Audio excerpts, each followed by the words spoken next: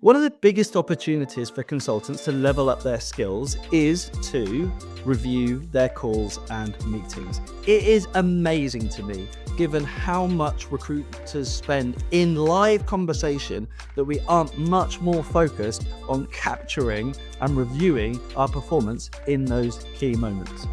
Now, you might have a plan and you might have a call script and you might be able to reflect on how well you executed that plan. But if you're going to really level up, the key thing that you need to be able to do is analyze how you perform in moments of flow. If you're in a sales conversation, you will very quickly get into a state of flow. If that conversation is going well, you will quickly get into that. And what that means is it's very difficult in those moments to know how exactly you're performing. Hello and welcome back to another episode of Recruiting Better with me, Ben Browning. This week we're going to be digging into a topic which I know is really close to a lot of hearts of consultants and ambitious billers that I speak to all the time. If you are someone who does business development on a regular basis, this episode is for you, because today we're not talking about specific sales methodology. We're not talking about sales process. We're not even talking about specific tactics, call tracks, or email frameworks. We're talking about your mindset, your personal development, and your growth. If you're ambitious and hungry, you've almost certainly come across a moment in your career where you felt like you plateaued. You felt like you're stuck. You felt like you're maybe performing within yourself, or that your results aren't really what you expect them to be based on the level of effort and performance you're putting in. We know that recruiters are incredibly hardworking. It is a significantly tough gig. The opportunity and the rewards are great, and there's a real chance to do a really life-changing amount of work here. But what we have to recognize is that some days you're just not going to feel at it. And sometimes you're going to feel like you get stuck in a bit of a rut and your performance isn't improving the way you'd like it to. And as much as I have a positive relationship with training and L&D and the kind of coaching and development that I used to deliver as a trainer and coach, I also recognize that what it takes to get from being a competent biller, someone who knows their way around winning clients and winning business opportunities, someone who knows how to make placements and who knows how to run sales meetings, the difference between getting from that point to really achieving your full potential and breaking through that 300, 400, maybe even 500K billings mark is not simply about learning new skills or new tactics. It's about how you manage yourself. And that's going to be our topic for today. I'm going to take you through 10 steps that top performers do that will elevate your process, your experience of recruitment, your performance, and really put you on a whole new plane. If you're not doing any of these 10 steps, there's an opportunity for you to improve.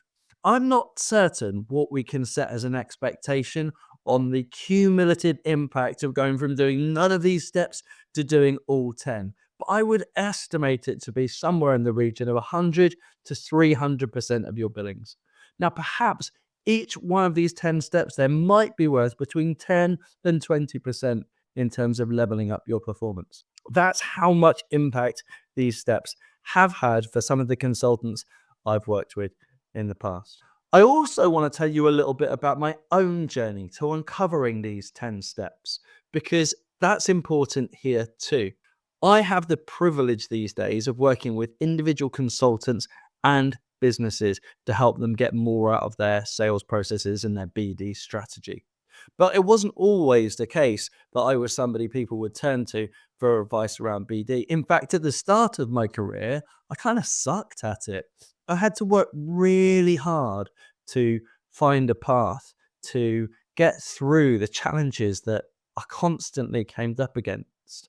They were things like my clients didn't trust me, didn't see me as an expert. They didn't really want to give me any level of commitment. They gave me their job, but the briefs weren't as good as they should have been. Even then, that was based on the fact that I could get a meeting, and lots of the time I couldn't. My cold calls weren't accepted. My emails didn't lead to opportunities. Oh, there were times at the start of my career where I was really struggling. And I had to do two things pretty quickly. I had to, first of all, work out what my sales methodology and process needed to look at. Because the way I was going about it, specking out CVs and following up, gave me no confidence, no clarity, no consistency in my approach. And that system of kind of specs and follow ups and callbacks and that constant hoping that someone would give me a chance just really wasn't enabling me to get the results that I thought I was capable of. And frankly, wasn't really supporting the ambitions that I had. So the other thing that I had to then look at was my own personal development. How was I leveling up? How was I taking that new process and approach and turning it into something that systematically worked for me on a consistent basis? Now, most of the time in these episodes, you're going to hear me talk about the sales methodology that I built and that I've shared with people. But the thing that we're really going to focus on today is this idea of personal development. If you've listened to the episodes, you've heard me interview people like Reese, a founder of a small agency who's using AI to really transform the industry that he serves. You'll have heard me talking to Jamie Rogers, a billing manager and consultant who has absolutely changed the way that he approached sales with amazing results and conversations off the back of that. And of course, Adam Tiberius, who's built a team who now bill $2 million combined, his personal billings getting close to $1 million, and just kind of creating this real ecosystem of effective sales led culture within the business that he works at. And all three of those, and many, many more, use these kinds of personal development steps to get to that place. There is a challenge, which is this idea that training doesn't drive the kind of growth that good consultants need in order to get to the next level. Of course, there may be a new skill that you need to learn. There may be something like, for example, market mapping, which you need training to give you the process and show you exactly how to get better at. There may be something like social media using multimedia outreach, like video, visual, or voice notes that you need specific training on to get better at. But fundamentally, selling is a conversation between you and the buyer or the buyers. And if you can navigate that conversation competently, then your ability to achieve those highest heights, those things that you maybe didn't even dream of achieving, is within you. There's no difference between a 500,000 biller, 150K biller, other than the way they're applying their skills. And so to make sure you're applying your skills in the best way, you're going to want to use these top 10 personal development tricks and tactics that'll really kind of help you get your results up to the level of those elite consultants. Before we dive into that top 10 list of personal development tactics, I want to invite you warmly to join me at the Recruitment Agency exhibition at the Excel Centre on March the 18th. We're going to be bringing the Recruiting Better podcast live to the podcast stage there, where we're going to be doing two things. In our first live show, we're going to be interviewing a panel of recruitment leaders and industry suppliers to talk about our new report, The State of BD in Recruitment 2025. That report, as you probably know, is based on responses from 500 recruitment businesses about the way they do BD. And there are some really explosive insights within that report. If you come along, we will give you a copy of the report, and we look forward to seeing you there. The second live podcast session we're going to be running is going to be an interview between me and friend of the show, Alex Elliott, talking about building a sales playbook for your organization. I'll be bringing my experience of doing that with my customers, and he'll be doing that from the perspective of having done it with a business that he then went on to exit. So we really look forward to seeing you there and hope that you'll be able to join us at the Excel Centre for the Recruitment Agency Expo on March the 18th. Now, back to those top 10 personal development tactics. One of the biggest opportunities for consultants to level up their skills is to review their calls and meetings. It is amazing to me, given how much recruiters spend in live conversation, that we aren't much more focused on capturing and reviewing our performance in those key moments. Now, you might have a plan and you might have a call script and you might be able to reflect on how well you executed that plan. But if you're going to really level up, the key thing that you need to be able to do is analyze how you perform in moments of flow. If you're in a sales conversation, you will very quickly get into a state of flow. If that conversation is going well, you will quickly get into that. And what that means is it's very difficult in those moments to know how exactly you're performing. How are you talking? What's your pace, your tone, your the specific questions you're using? Trying to recall that back at the end of a call, or even worse, at the end of a longer meeting, is very difficult. But in that experience, in that review, in those calls and those meetings, there is a huge opportunity for you to take notes, listen back to what you're doing, and elevate your future performance. So, our first 3 steps on our tactical approach to performance development are: number one, listen back to your own calls. There are a couple of different ways for you to do this, and I don't know what specifically is going to work best for you, but there are 2 ways that I see work really effectively. One, if you have a VoIP system in your business, then you should have cloud recording of calls and you should be able to pull calls. I strongly recommend, if you don't have a system like that, that you either as a boss invest in it, or as a consultant ask your boss to get that functionality.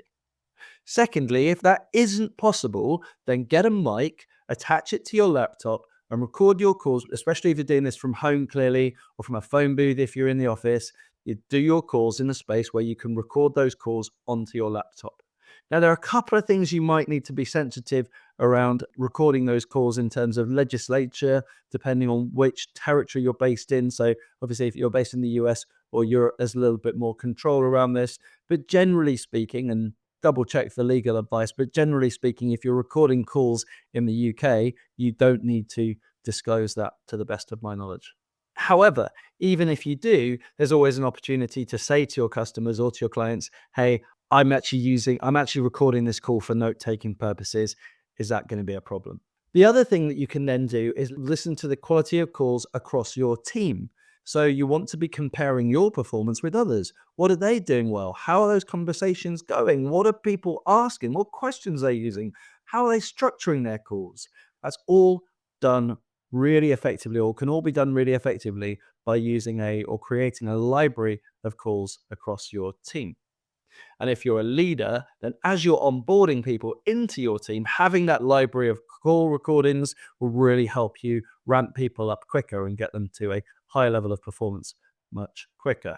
What you'll also want to look at the same time, of course, is meeting recordings. You want to be hitting that red button on Teams meetings when you're sitting with your client, or Zoom meetings, and making sure that they're recorded, or ideally using an AI transcriber straight in there so that you can keep track of your calls.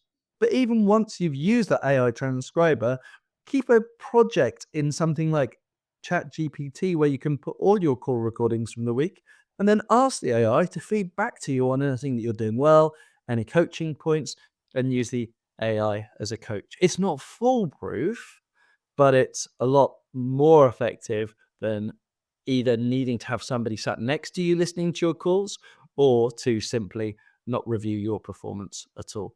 It's really important when you think about how much activity you do in the moment, that you've got some mechanism for capturing that, playing it back, and learning from it. So our first top 3 techniques are: listen to your calls, listen to the calls of your colleagues, and review your meetings too.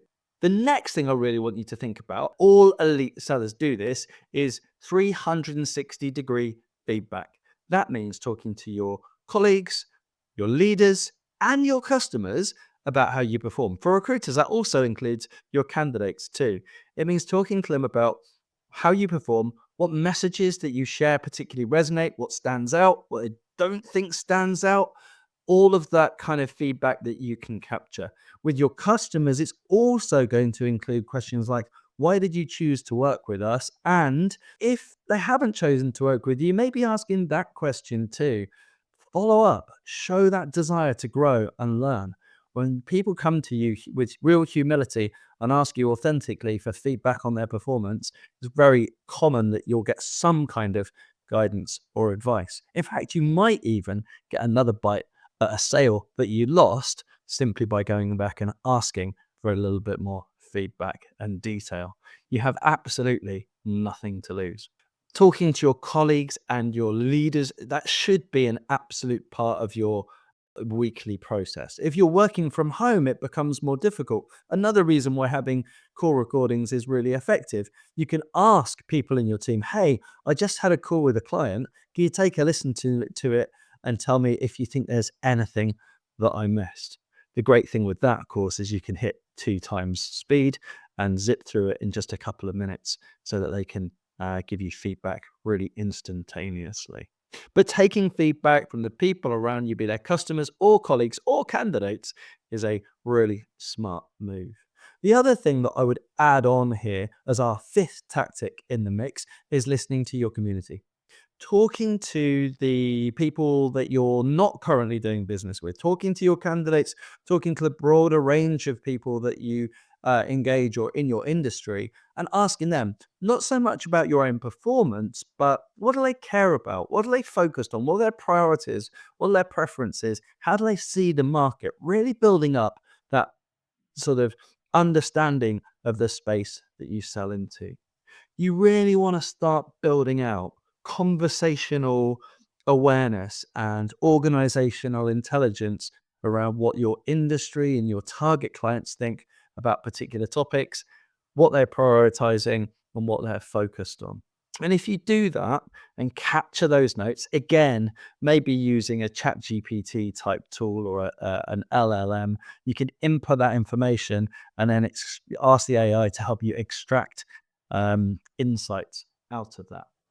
If you've done all of those things up to now, we're up to the midpoint. You have built out an awareness of how you sound in calls by listening to your calls back, comparing that to your colleagues and listening to your meetings back. You've spoken to your colleagues and clients to get feedback from them on your performance, and you've talked to your community about the broader topics in your space. Wow. Currently, we've got 5 things that are really going to level up your performance. One thing I'd add on all of these is that this isn't just about doing it as a once and done. People often go through a period, a spate of taking feedback. They think about, a campaign of taking feedback, or maybe for a little while they do a period of kind of self check-ins, or, kind of go through some call recordings.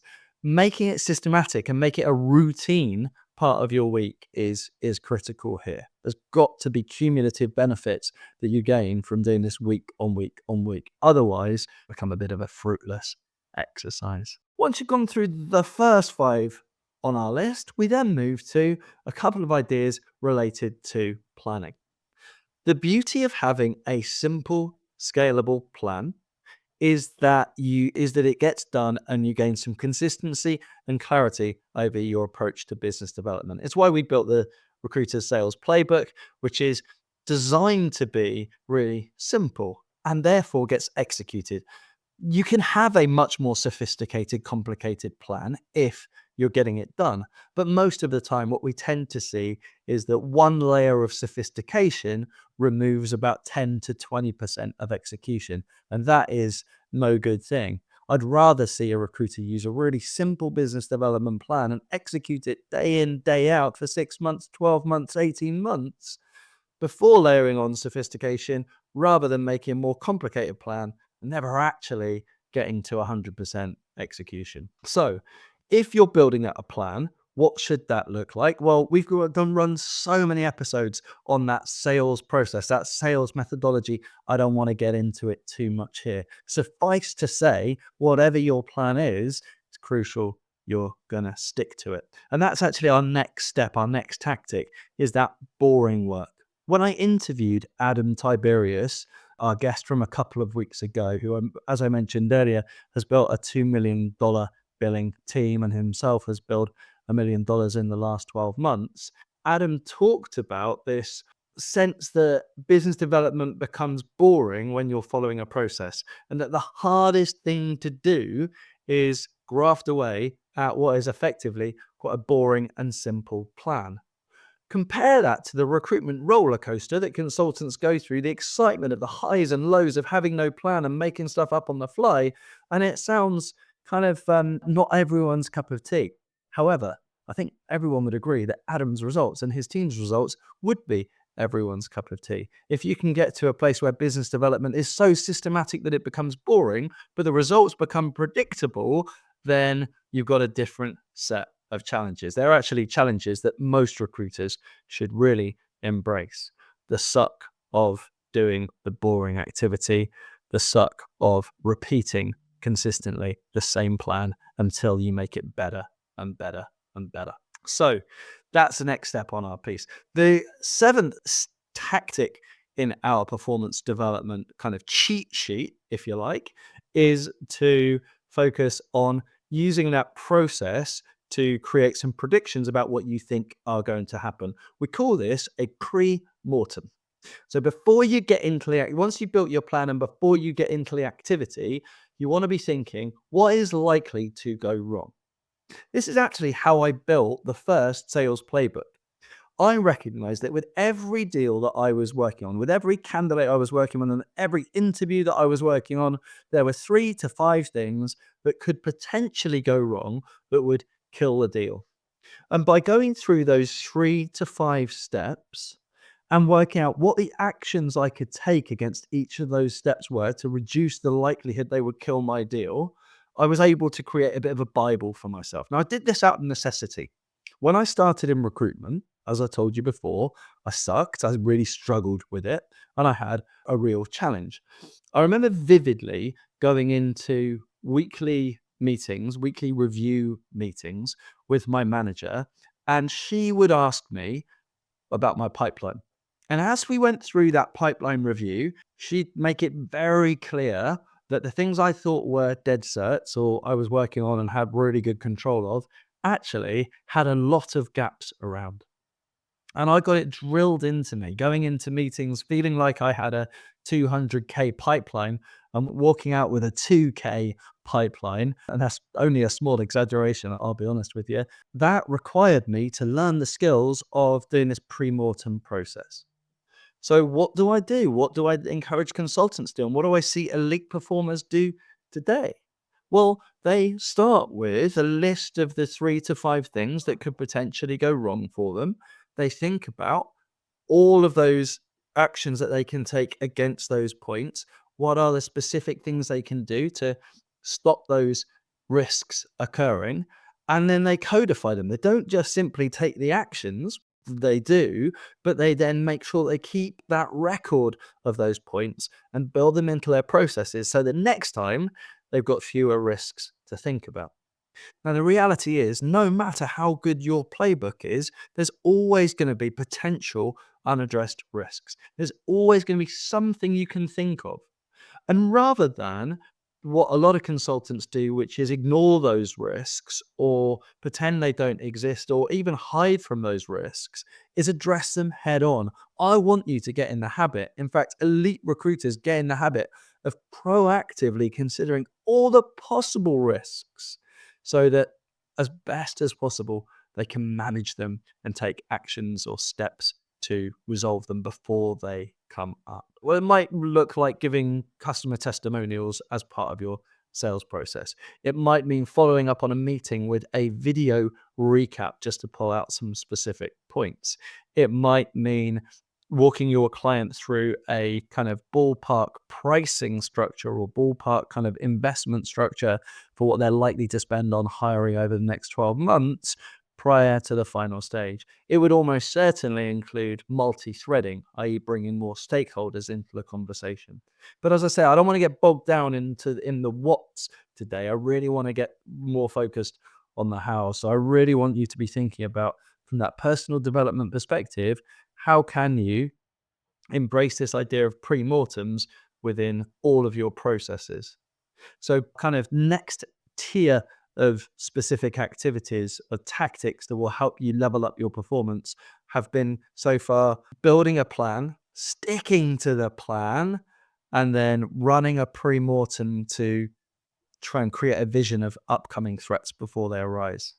The final part of this section is to review the plan, use the data, use the objective feedback you get from being planned and organized and focused to help you know where to level up. That means looking at your conversion ratios, looking at your call data, looking at your call dispositions, giving yourself as much possibility to learn from the process as you possibly can. And thinking about, as you build that process out, what are the data points I should be capturing and can be capturing that will help me level this up over time. If you create a plan, stick to the plan, run a pre-mortem and do some post-analysis, you'll be in great shape. And that post-analysis is key because it's not just about having a subjective review, it's about having some specific data that keeps you objective and accountable. But we can sometimes get too caught up in data. And ultimately, you also want a way or a process for tracking your moods, your performance, your feelings, your experience of doing this activity. Because it's not going to be sustainable if, honestly, every single day you hate it or you feel like you lack confidence. So, the final tactic that I see elite recruiters using to develop personally and sort of drive that personal development is to keep some kind of journal, some kind of performance record of how you feel and how you're experiencing the processes that you're executing. Again, there's a huge opportunity to do this using AI as a bit of a coach. So you create something like a folder or project in ChatGPT, and then you're uploading your notes every day. And then on a weekly or fortnightly or monthly basis, you can ask the AI to spot any trends, triggers, or anything else that might be happening. Having that ability to download your sentiment and then get back some clear insights is, I mean, we've never had that before. It's never been possible in the same way. So, yeah, absolutely. I'd be really looking at keeping a performance journal to track not only how you're executing from a data perspective, which kind of covered elsewhere, but really making sure that you're tracking how you feel about the experience of the activity that you're doing too. So let me recap our top 10 performance development tactics. Listen to your colleagues' calls. Watch your meetings back and pull out the insights from all three to help level up your process. Create a plan. Stick to the plan. Be skeptical and cautious and run a pre-mortem on everything you're planning to do. Run the analysis after the plan is complete to look at the data and keep a performance journal to track your sentiment, your feelings, and your experiences as you go through the process. If you do all 10 of those things, if you undertake all 10 performance development tactics on that list, I am confident that you will see a massive uptick in your performance. Every consultant, including myself, that I'd ever worked with, has seen massive results from undertaking those 10 things. The challenge, of course, is building that in to a weekly routine or getting set up so you do those almost on autopilot. That's the real magic. Not just doing these once or twice for a week or two, but really getting them consistently embedded into your approach. If you have a sales playbook, then lots of these things will be naturally baked in. You want to have a specific process or set of methodologies that enable you to do each of these things in turn without really having to give it too much thought. And if you do that, you'll get consistent, and that will lead to confidence, and that will also ultimately help amplify your results. Before we go, I just want to put a reminder here that we are live at the Recruitment Agency exhibition at the Excel Centre on March the 18th. We're bringing the podcast live to you. We're going to be running two sessions, one about the state of BD in recruitment, and we're going to be looking at all of the data there with an expert panel. And then later on in the afternoon, I'm going to be sat down with Alex Elliott, and we're going to be chewing the fat on what it means to have a sales playbook in your business and specifically how you can go about building one. I'm really looking forward to seeing as many of you as possible there. One of the things that we don't get when we record the podcast is a live audience. So it'd be fantastic to meet some of you who have followed the show for some time, put a face to some of those names that engage with our content on the various platforms. And yeah, I'm really looking forward to meeting as many of you as possible. We will make available a copy of the report for everybody who attends, and I know it'll be an absolute blast. So please do get along and see us if you can. And if you are going to attend, then drop me a DM and let me know, and we'll make arrangements to make sure we stop and have a chat. So until then, and until the next episode, go and be your very best. Apply these top 10 personal development tactics, see how they impact your results. Let me know what kind of outcomes you get from them, and I wish you all the very best.